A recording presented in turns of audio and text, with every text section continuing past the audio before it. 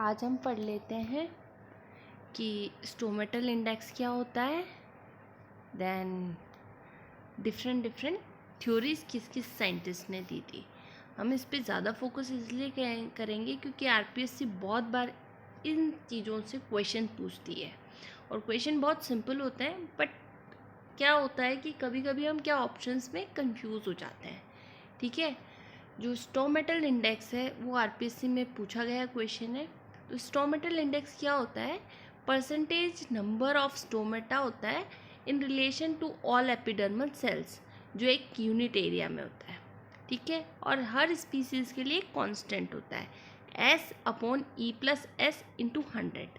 तो ये percentage of stomata आ जाएगा पर यूनिट एरिया। ठीक है, स्टीफन हेल्स को हम फादर ऑफ प्लांट फिजियोलॉजी बोलते थे, जिन्होंने रूट प्रेशर टर्म किया था।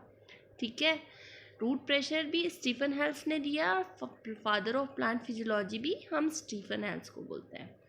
देन स्कैवेंडर ने सबसे पहले स्टोमेटल मूवमेंट को बताया था, जो टर्जर चेंजेस के कारण हो रही थी। ठीक है, देन स्टोमेटा फ्रीक्वेंसी का मतलब क्या होता है? Number of stomata present per unit area, वो होती है स्टोमेटा फ्रीक्वेंसी, कि हर एक यूरिया में कितने नंबर ऑफ स्टोमेटा प्रेजेंट है। अब हम आगे बात कर लेते हैं, जो डिफरेंट थ्योरीज दी गई थी मूवमेंट ऑफ स्टोमेटा की, वो किस किस ने दी थी। सबसे पहले गार्ड सेल फोटोसिंथेटिक थ्योरी, तो स्कैवेंडर ने की दी थी 1881 में, पर इसका हिंट वॉन मोहल ने दिया था 1856 में। ठीक है, दूसरी थ्योरी का नाम है स्टार्च हाइड्रोलाइसिस थ्योरी, जो लायोड ने दी थी 1908 में, जिसको फॉर्मुलेट किया था जेडी सायर ने, और फिर मॉडिफाइड किसने किया था? स्टीवर्ड ने। तो कभी क्वेश्चन ऐसे आ जाए who propose starch hydrolysis theory, तो इसका राइट आंसर होगा लायलॉट, जो 1908 में दिया था। और मॉडिफाइड किसने किया था? Who modified it? Then Stewart 1964 में। अब मैलेट और पोटेशियम पंप हाइपोथेसिस, जो लेविट ने दी थी 1974 में, बट बाद में इसे एलोबरेट किया था रशक ने, और फिर बाउलिंग ने किया था 1976 में। ठीक है, अब हम पढ़ लेते हैं गार्ड सेल फोटोसिंथेटिक थ्योरी, जो किसने दी है? स्कैवेंडर ने, फिर उसे पहले हिंट दिया था वॉन मोहन ने, पर स्कैवेंडर ने दी थी। तो ये थ्योरी क्या कहती है कि ड्यूरिंग डे टाइम क्या होगा? फोटोसिंथेसिस होगा, अकर होगा, क्योंकि लाइट की प्रेजेंस में क्लोरोप्लास्ट क्या बनाता है? फोटोसिंथेटेड शुगर बनाता है। देन फिर क्या होगा? शुगर क्या होता है? ऑस्मोटिक एक्टिव होती है। ऑस्मोटिक एक्टिव होती है तो बाहर से क्या होगा? वाटर का एंडोस्मोसिस होगा। ठीक है, जैसे ही ऑस्मोटिक एक्टिव होगी, इंक्रीज जो आपका ऑस्मोटिक पोटेंशियल है वो इंक्रीज होगा, एंडोस्मोसिस हो जाएगा, और क्या होगा? Cell wall guard cell became turgid. ठीक है, और स्टोमेटा ओपन हो जाते हैं। और नाइट टाइम में क्या होता है? फोटोसिंथेसिस नहीं होता है, शुगर कन्वर्ट हो जाती है स्टार्च में। शुगर आपकी मोनोसेक्राइड है, स्टार्च आपकी पॉलीसेक्राइड है। ठीक है, तो स्टार्च लेस एक्टिव होता है ऑस्मोटिकली, तो इसमें क्या होगा? ऑस्मोटिक प्रेशर डिक्रीज हो जाएगा और वाटर बाहर की तरफ डिफ्यूज हो जाएगा, और ग्लाड सेल्स फ्लैसिड हो जाएगी, और स्टोमेटा आपका क्लोज हो जाएगा। ठीक है, ये आपकी हो गई गार्ड सेल फोटोसिंथेटिक थ्योरी। सबसे पहले क्या हुआ? फोटोसिंथेसिस में आपकी शुगर फॉर्म हुई, ऑस्मोटिक प्रेशर बढ़ा, जिसके वाटर अंदर गया, जिसे एंडोस्मोसिस किया, आपका गार्ड स्टोमेटल अपर्चर ओपन हो गया। अब जब नाइट में शुगर में कन्वर्ट, स्टार्च में कन्वर्ट हो जाएगा शुगर, फिर उसके बाद में क्या होगा? ओपी डिक्रीज हो जाएगा, एक्सोस्मोसिस हो जाएगा, और उसके बाद में आपका स्टोमेटा क्लोज हो जाएगा। अब इसकी कुछ ऑब्जेक्शंस थे, हम वो डिस्कस कर लेते हैं। फोटोसिंथेटिक एक्टिविटी होती है ना गार्ड सेल्स में, वो क्लोरोप्लास्ट तक कन्फाइंड रहती है, नहीं रहती है। तो बहुत कम रोल होता है गार्ड सेल का फोटोसिंथेसिस में, और sugar does not occur in detectable form. जब शुगर को मेज़र किया गया तो बहुत अच्छी अमाउंट में शुगर नहीं मिली थी, तो यहाँ पे इस थ्योरी का क्या आ गया, ड्रॉबैक। ठीक है, अब जो आपकी सेकेंड थ्योरी की हमने बात की थी, that is starch hydrolysis theory. अब हम उसको डिस्कस करते हैं।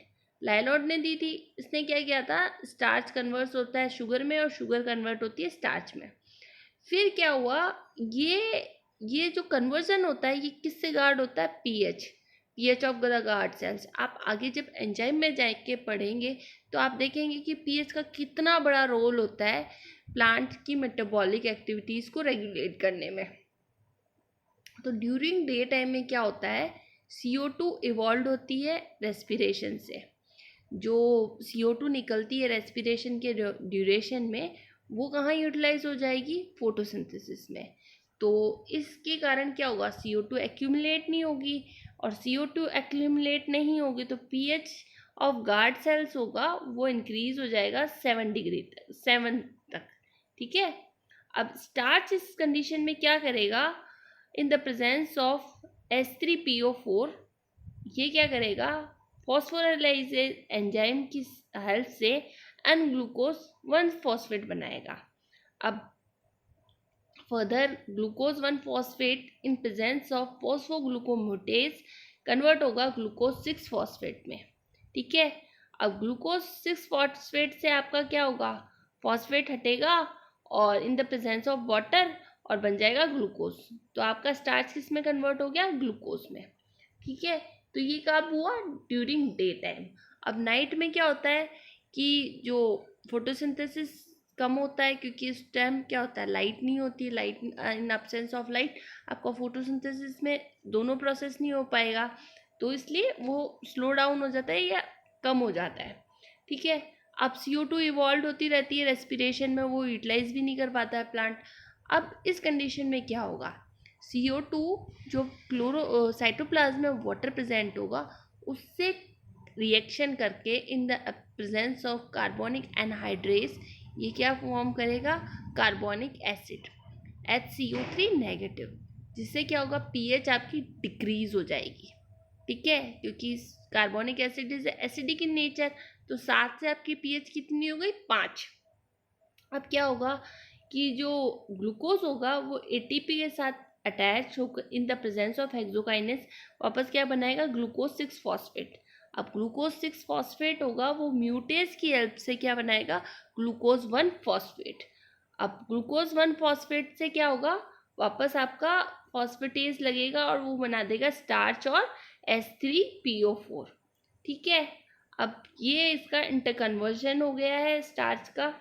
तो ये दूसरी थ्योरी थी, है ना, in the presence of light और in the absence of light CO2 कैसे pH को रेगुलेट कर रहा है और कैसे शुगर का स्टार्च में कन्वर्जन हो रहा है, ये हमने इसमें पढ़ा। तो स्टार्च है जो सबसे नहीं रिपोर्ट किया गया, वो ऑनियन की गार्ड सेल में नहीं रिपोर्ट किया गया। तो ये हाइपोथेसिस ऑनियन के केस में फेल हो गया, और ये बहुत स्लो प्रोसेस होता है, और ये क्या होता है, रैपिड स्टोमेटल मूवमेंट नहीं होती है, और शुगर होती है वो फ्री स्टेट में नहीं पाई जाती है, और एंजाइम फॉस्फोरिलेज काइटलेज है वो सिर्फ फॉरवर्ड रिएक्शन ही डायरेक्ट करता है। ठीक है, अब हम इसकी जो मोस्ट एक्सेप्टेबल थ्योरी है वो पढ़ते हैं। ठीक है, ये आपकी है पोटेशियम थ्योरी, जो आपकी एक्टिव पोटेशियम ट्रांसपोर्ट थ्योरी है, जो फिजनो ने दी थी 1959 में, फिर लेविट ने इसे मॉडिफाइड किया था 1974 में। ये सबसे सपोर्टेड थ्योरी है, और इसे हार्मोनल रेगुलेशन थ्योरी भी कहते हैं, क्योंकि एब्सिसिक एसिड का भी इसमें बहुत बड़ा रोल होता है, और ये सबसे ज़्यादा एक्सेप्टेबल है। ठीक है, तो ड्यूरिंग डे टाइम क्या होता है, CO2 की कंसनट्रेशन डिक्रीज होगी। क्यों होगी, क्योंकि CO2 कहाँ यूटिलाइज होगा, आपका फोटोसिंथेसिस में। ठीक है, अब CO2 की कंसनट्रेशन डिक्रीज होगी तो क्या होगा, आप जब फोटोसिंथेसिस पढ़ेंगे तो वहाँ एक प्रोडक्ट बनता है मैलिक एसिड। मैलिक एसिड कैसे फॉर्म होता है, फॉस्फोनल पायरुवेट कन्वर्ट होता है मैलिक एसिड में। ठीक है, तो मैलिक एसिड क्या होगा, डिसोशिएट हो जाएगा मैलेट प्लस HIN में।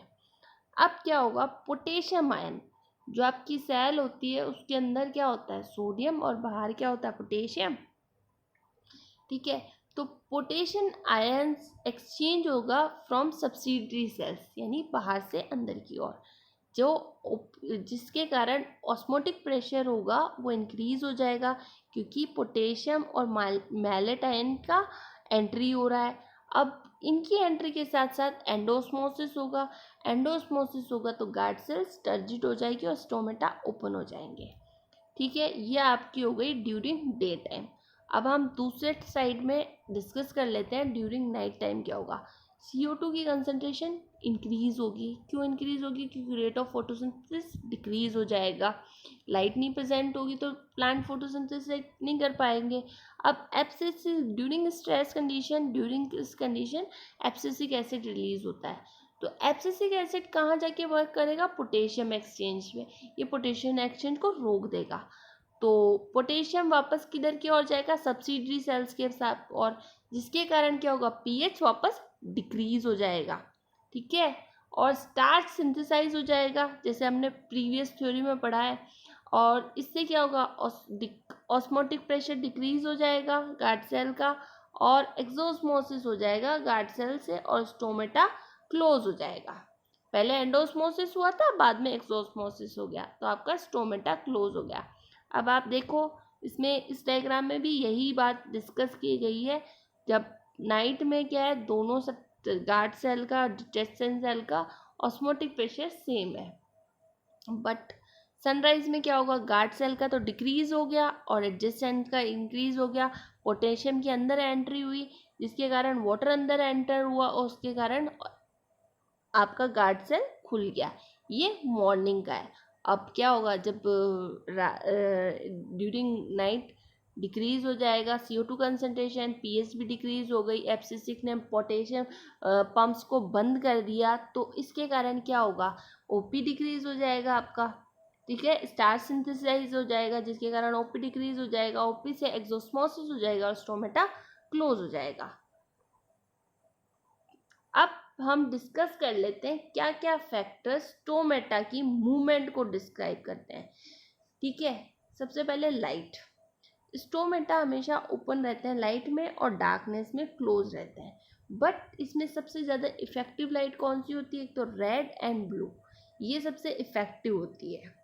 ठीक है, 30 to 35 टेम्परेचर बहुत अच्छा ऑप्टिमम टेम्परेचर माना जाता है, पर 45 डिग्री के पास में जाता है तो स्टोमेटा क्लोज होने लग जाते हैं, जिसको हम mid day closure of stomata भी कहते हैं।